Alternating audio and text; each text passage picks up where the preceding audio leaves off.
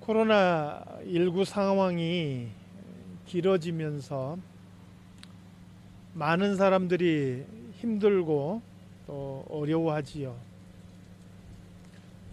저도 지난 주간을 지내면서 정말 이 상황이 빨리 끝났으면 좋겠다 하는 마음이 간절했습니다.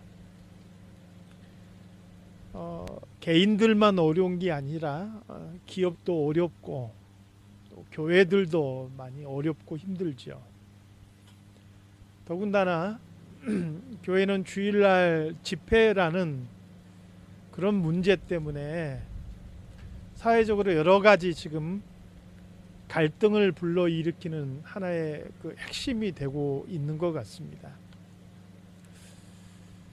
어제 저녁에 보았던 그 유튜브 영상이 아직도 기억에 생생합니다. 9월 말 미국의 한 도시에서 있었던 사건인데요. 교인들이 실내에서 예배를 드릴 수 없으니까 교회 밖에 야외에서 모여서 예배를 드리는 거예요. 예배 드리는 것을 경찰들이 뒤에서 지켜보고 있다가 조금이라도 간격이 이렇게 안전수칙이 지켜지지 않는 그런 사람들을 현장에서 바로 수갑채서 체포해 가는 거예요. 교인들이 찬양하는 중에 또 어떤 사람들은 체포돼서 경찰에게 끌려가는 그런 모습을 보면서 마음이 아프기도 하고 무겁기도 하고 참 많은 생각들을 하게 됐습니다. 저는 기본적인 입장은 그렇습니다. 청교도 신학자였던 리차드 백스터도 그런 얘기를 했지만 전염병 상황이나 전쟁 상황 속에서는 교회는 정부의 지도를 따라야 된다라고 생각을 합니다. 그래서 정부가 어떤 지침을 내렸을 때 이 코로나 팬데믹 상황 속에서는 교회와 성도들이 그것을 충실히 잘 지키는 것은 마땅하다라고 생각을 합니다. 그럼에도 불구하고 실내도 아니고 실외에서 예배드리는 성도들이 폭력 시위를 하지도 않는 상황 속에서 그들이 찬송을 부르다가 수갑을 채워서 끌려가는 그런 모습들을 볼 때 미국이라는 나라도 이제는 예전 같지 않구나라는 생각들을 많이 하게 됐어요. 그리고 앞으로 시대에 우리 예수 믿는 사람들이 바른 신앙을 가지고 살아간다는 것은 점점 더 어려워지겠구나 이런 생각들을 했습니다. 과연 앞으로 우리가 이 땅의 교회들이 다시 부흥할 수 있을까라는 것을 생각해 볼 때 앞으로의 전망이 이렇게 밝은 것은 아니라는 것을 다시 한번 생각해 봅니다. 저를 포함해서 이 자리에 있는 우리 모두들 중에서 과연 그런 어려움과 예배 드린다는 것이 많은 위험을 내포하고 때로는 체포될 수 있고 때로는 불이익을 당할 수 있음에도 불구하고 여전히 예배자로 설 수 있고 여전히 나는 그리스도인으로 설 수 있을까라는 부분을 질문해 보면 많은 고민을 하게 됩니다. 어떤 상황 속에서도 여러분들은 그리스도인이고 하나님을 예배할 수 있는 자인지 오늘 스스로를 돌아볼 수 있기를 간절히 소망합니다. 부흥을 이야기를 했는데 부흥에 대해서 사람들이 지금까지 오해하고 있는 요소들이 있죠. 그게 뭐냐면 모이는 숫자가 증가하면 그게 부흥이라고 생각하는 거예요. 지금껏 이민교회든 한국교회든 부흥이라고 생각하고 달려왔던 게 여기에 있습니다. 성장하는 것, 숫자가 증가하는 것을 부흥이라고 생각했다는 겁니다. 물론 부흥의 결과로 숫자가 증가할 수는 있어요. 그런데 숫자가 증가했다고 해서 그게 꼭 부흥이라고 말할 수는 없는 거예요. 이게 마치 뭐와 같냐면 사람은 동물 중에 하나이지만 모든 동물들을 사람이라고 이야기할 수는 없는 것과 똑같아요. 부흥의 결과로 숫자가 증가할 수는 있지만 숫자가 증가한 모든 것을 부흥이라고 말할 수는 없는 것인 거죠. 어떤 교회에 사람이 많이 모이게 되었다. 와, 그 교회가 1년 사이에 사람들이 배로 늘었대. 와, 그 교회 부흥했네? 이렇게 말하는 것은 결코 성경적이지는 않다는 것입니다. 사람이 모이는 것은 복음이 아니어도 얼마든지 모일 수 있습니다. 아이들 교육하기에 좋은 프로그램이 있으면, 내 사업에 유익한 사람들을 만날 수 있다면, 재미가 있다면, 내가 도움받을 수 있는 환경이나 사람들이 있다면 그것 때문에라도 사람들은 얼마든지 모여들 수 있는 거예요. 그렇게 모여든다라면 그것은 진정한 교회의 모습이기보다는 하나의 커뮤니티인 거죠. 숫잣말로 로타리 클럽하고 다를 바가 뭐가 있느냐는 거예요. 그것은 단순하게 숫자는 증가했을지 몰라도 진정한 교회의 모습도 진정한 부흥의 모습도 아니었다는 거죠. 한국 교회는 성장이라는 목적 때문에 진짜 중요한 것들을 놓치고 있었을지 모르는 거예요. 부흥에 대한 또 다른 오해는 풍요로운 것이 부흥이라고 생각한다는 것입니다. 교회는 큰 건물, 많은 재정을 갖추면 부흥했다라고 생각을 해요. 개인도 그렇게 평가하죠. 그 학생 점수 얼마야? 몇 점 받았대? 연봉 얼마 받아? 주급은 얼마 받는데? 그 사람이 받는 돈으로, 그 사람이 받은 성적으로, 또 그 사람의 포지션으로, 그 사람이 타고 있는 차의 그 어떤 그 상품으로, 그 사람이 들고 다니는 가방이 어떤 메이커냐에 따라서 그렇게 사람을 평가한다는 거예요.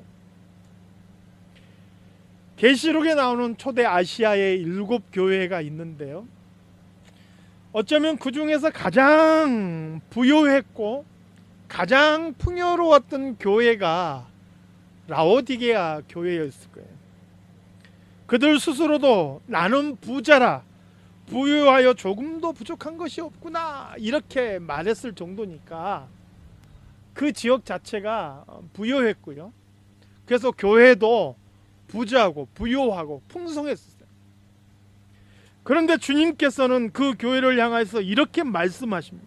내 곤고한 것과 가련한 것과 가난한 것과 눈먼 것과 벌거벗은 것을 알지 못하는도다.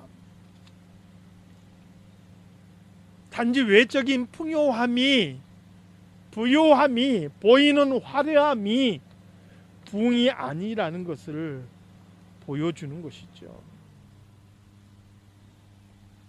그러면 성경에서 말하는 부흥이라는 것은 정말 무엇인가? 단순한 성장도, 부요함도, 풍요로운 것도, 숫자의 증가도 부흥이 아니고 성경에서 말하는 부흥이라는 게 뭐냐? 물론 여러 가지 요소가 있겠지만 오늘 본문에서 우리가 딱 2가지로 살펴보기를 원합니다. 왜 그러냐면 오늘 본문에서 부흥을 언급하는 2가지 단어가 나와 있기 때문에 그렇습니다. 첫째로는 부흥이라는 말은 복원된다, 복구된다라는 의미를 가지고 있어요. 오늘 본문 2절에서 셋째 날에 우리를 일으키신다라고 말씀하셨어요. 여기서 일으키신다라는 말, 이게 이제 영어로 레스토라는 말을 쓰고 있는데, 이게 이제 부흥이라는 말의 하나의 의미가 되는 것이죠. 마틴 로이드 존슨 목사님이 쓴 부흥이라는 책에 보면 이삭이라는 사람의 부흥에 대해서 소개를 하고 있습니다. 이삭은 블레셋 사람들이 파묻어버린 아버지의 우물을 다시 파는 데서부터 그의 새로운 삶을 시작하는 것을 보게 돼요. 우물 속에는 물이 있었지만 블레셋 사람들이 시기하고 질투해서 그 아버지가 팠던 우물을 다 메워버렸다라고 성경은 기록하고 있어요. 이때 이삭은 다른 우물보다 블레셋 사람들을 메워버린 그 아버지가 팠던 우물을 다시 파는 것을 보게 돼요. 그리고 거기에서 물이 쏟아져 나왔다라고 성경은 기록하고 있죠. 이게 이삭이라는 사람의 부흥의 모습을 보여주고 있는 거예요. 부흥이라는 것은 뭔가 새로운 것을 하는 게 아니에요. 하늘에서 뭔가 떨어지듯이 전혀 새로운 뭔가를 만들어가는 게 아니라는 거예요. 본래의 모습, 본래에 있었던 자리로 돌아가는 것이라 하는 것이죠. 하나님의 말씀으로 돌아가고 본래 했던 기도의 자리로 돌아가는 것, 이게 바로 부흥의 모습이라는 거죠. 계시록의 7교회 중에 에베소 교회는 처음 그들이 가졌던 사랑을 잃어버렸죠. 그래서 주님께서는 너희가 어디에서 떨어졌는지를 생각하고 회개하여 처음 행위를 가지라, 이렇게 말씀했어요. 본래의 모습, 진짜 신앙인의 모습, 진짜 성경이 말하는 그리스도인의 모습을 회복해야 된다라는.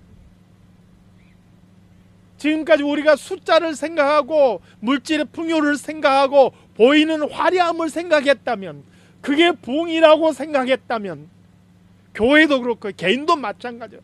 내가 자식이 잘 되고 돈 잘 벌고 뭔가 좋은 집을 사서 내가 잘 된다, 건강하다, 이런 부분에서 내가 부흥했다고 생각한다면, 내가 복받았다고 생각한다면, 그것은 성도도 교회도 세속화된 거예요. 교회는, 성도는 이 땅 위에 있지만 이 땅에 속하지 않은 구별된 존재들이에요. 하나님의 백성으로서 구별된 사람들인 거죠.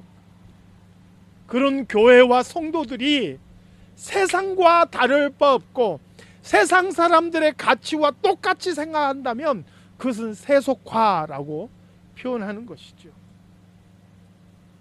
우리 안에 그러한 모습들이 있다면 그거 다 걷어내고 본래 신앙의 모습, 성경이 말씀하는 진짜 그리스도인들의 모습을 회복하는 것, 그게 바로 부흥이라 하는 것이죠. 최근 우리가 새벽기도를 지금 역대하를 하고 있습니다.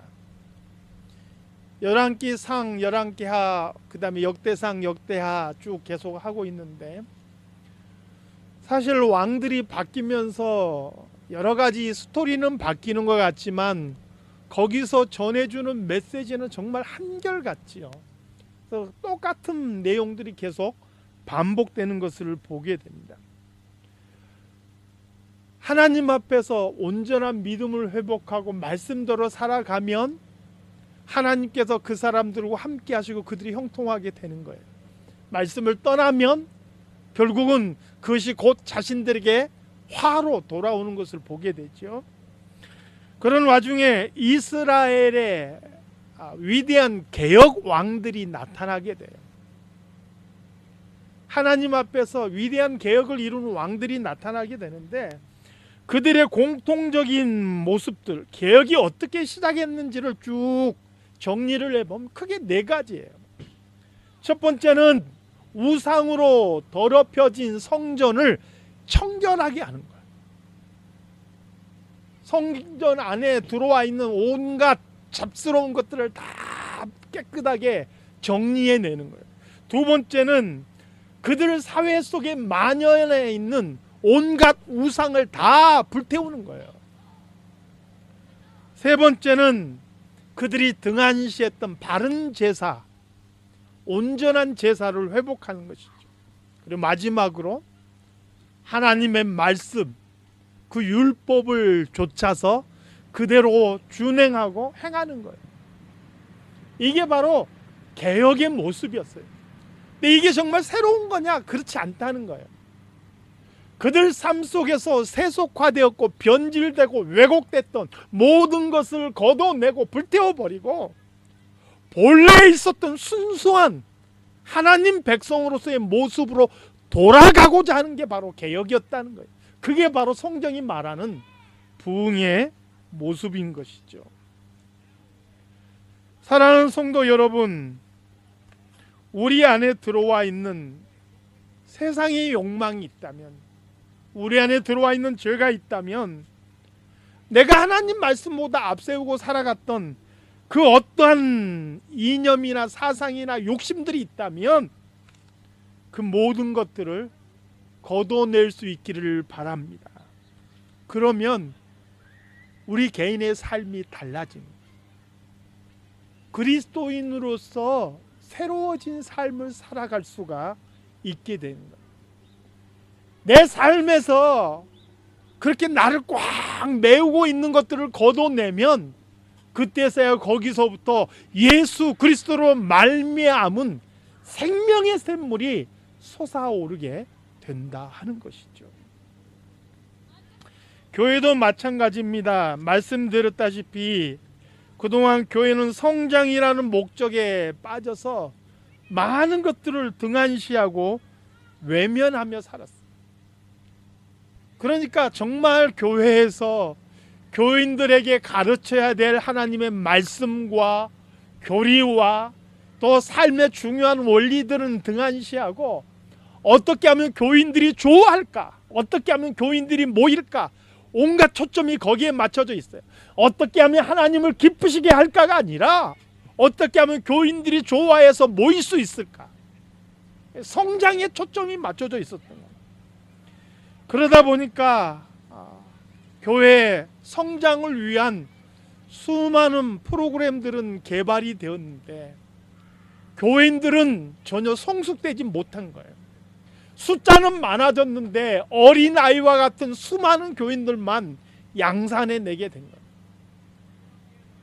이 코로나19와 같은 팬데믹 상황 속에서 내가 그리스도인으로서의 그런 정체성을 가지고 어떤 순간에라도 내가 믿음 안에서 선 성숙한 그리스도인들이 되게 하는 데는 실패했다는 거예요. 그래서 지금 어렵고 힘든 상황 속에서 많은 사람들이 교회를 등지고 있는 것이죠. 진정한 부흥의 의미 두 번째는 회복된다, 다시 살아난다 하는 의미를 가지고 있습니다. 오늘 본문 2절 말씀해 보니까 여호와께서 이틀 후에 우리를 살리신다 이렇게 말씀합니다. 여기서 살린다라는 말이 바로 부흥의 두 번째 의미인 거예요. 리바이벌이 살린다. 성경에 나오는 선지자들이 많이 있는데 그 중에서 굉장히 유명한 선지자가 바로 엘리야지요. 그가 기도했을 때 하나님께서는 그 기도의 응답에서 하늘에서 불을 내려주시기도 했습니다. 그럼에도 불구하고 여전히 변하지 않는 현실 속에서 자기의 생명만 위태롭게 됐죠. 엘리야가 그 모든 상황과 형편을 보고서는 그가 광야로 도망갑니다. 광야로 도망가서 그가 로뎀 나무 아래 딱 누워서 하나님 앞에 이야기해요. 하나님, 지금 딱 좋습니다. 나 그냥 데려가세요. 나 더 못해 먹겠습니다. 그가 그렇게 외치는 거예요. 요즘에 그런 엘리야의 모습을 뭐라고 표현하냐면 탈진이라는 말로 표현을 해요. 죽으라고 달려갔는데 소모되기만 하고 채워지지 않았을 때 의욕이 다 상실하고 아무것도 하기 싫고 차라리 나 죽어버렸으면 좋겠다, 이렇게 생각하는 상태, 탈진이라는 거예요. 하나님께서는 그런 엘리야에게 회복에 관한 메시지를 주고 계시죠. 하나님께서 이스라엘을 징계하신 이유는 그들을 미워해서가 아니라 그 징계를 통해서 하나님께로 돌아오고 하나님과 바른 관계를 회복하기를 원하셨기 때문에 그렇습니다. 하나님을 떠나서 뒤로 낮아빠져 있는 하나님의 백성들이 다시 일어나서 하나님께로 나아오기를 바라셨기 때문에 징계하셨다라는 거예요. 탈진에서 쓰러져 있는 엘리야, 그가 다시 일어나서 하나님 앞에 사명을 받고 그 사명대로 나아가는 것, 이게 바로 회복인 것이고 이게 바로 부흥이라 하는 것이죠. 부흥이라는 것은 그래서 하나님과의 관계 속에서만 이야기될 수 있는 거예요. 하나님과의 관계가 얼마만큼 회복이 되었고 얼마만큼 가까워졌고 얼마만큼 친밀해졌느냐에 따라서 그 사람은 부흥했다, 부흥하지 못했다를 평가할 수 있는 거예요. 사랑하는 성도 여러분, 여러분 개인의 부흥은 어떻습니까? 하나님과 얼마나 관계가 회복되었고 얼마만큼 친밀하신지를 돌아볼 수 있기를 바랍니다. 단지 외적으로 내가 지금 평안하고 잘 나가고 형통하고 복받았다, 이게 부흥이 아니라는 거예요. 부흥은 어떤 프로그램도 어떤 시설도 그 어떤 이슈도 사람을 모을 수 있을지는 몰라도 그게 진정한 부흥은 아니라고 성경은 우리에게 말씀하는 거예요. 하나님께로 돌아가는 것, 그래서 그분과의 관계가 다시 회복이 되고 그분으로 말미암아 우리가 다시 우리 심령으로부터 살아나는 것, 이게 진짜 부흥이라는 거예요. 그러니까 교회도 마찬가지인 거죠. 개인도 마찬가지고 교회도 마찬가지. 그래서 본문 1절에서도 이렇게 외치고 있죠. 오라, 우리가 여호와께로 돌아가자. 여호와께서 우리를 찢으셨으나 도로 낫게 하실 것이요 우리를 치셨으나 싸매어 주실 것입니다.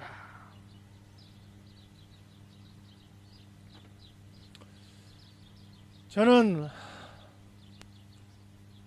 우리의 교회들이 또 이 자리에 있는 우리의 성도들이 다시 한번 진정한 부흥을 맛볼 수 있기를 원합니다. 그래서 다시 한번 성도들이 진짜 본래 그리스도인다운 그러한 그리스도인의 모습을 회복하고 하나님과의 관계가 회복되고 그래서 어떤 상황 속에서도 어떤 환경 속에서도 그리스도인으로서의 그 정체성을 잃어버리지 않고 굴하지 않고 그 믿음을 지켜나가는 그런 성도들이 다 될 수 있기를 소망합니다. 교회도 마찬가지예요. 제가 예전에도 말씀드렸죠. 지금 현대에 와서, 지금 시점에 와서 교회들은 중요한 시험을 당하고 있어요. 예수 그리스도의 생명을 가졌다면, 그분과의 바른 관계를 회복하고 있다면 절대로 교회는 망하지 않는 거예요. 이런 상황 속에서 정말 우리가 바른 교회로서 그리스도의 생명을 가진 교회인지를 우리는 지금 시험받고 있는 거예요. 사랑하는 성도 여러분, 성경이 말하는 진정한 부흥의 날이 여러분들의 개인의 삶 속에서 또 우리 사랑장로교회 안에서 온전하게 이루어질 수 있기를 우리 주님의 이름으로 축원합니다. 기도하겠습니다. 하나님 아버지,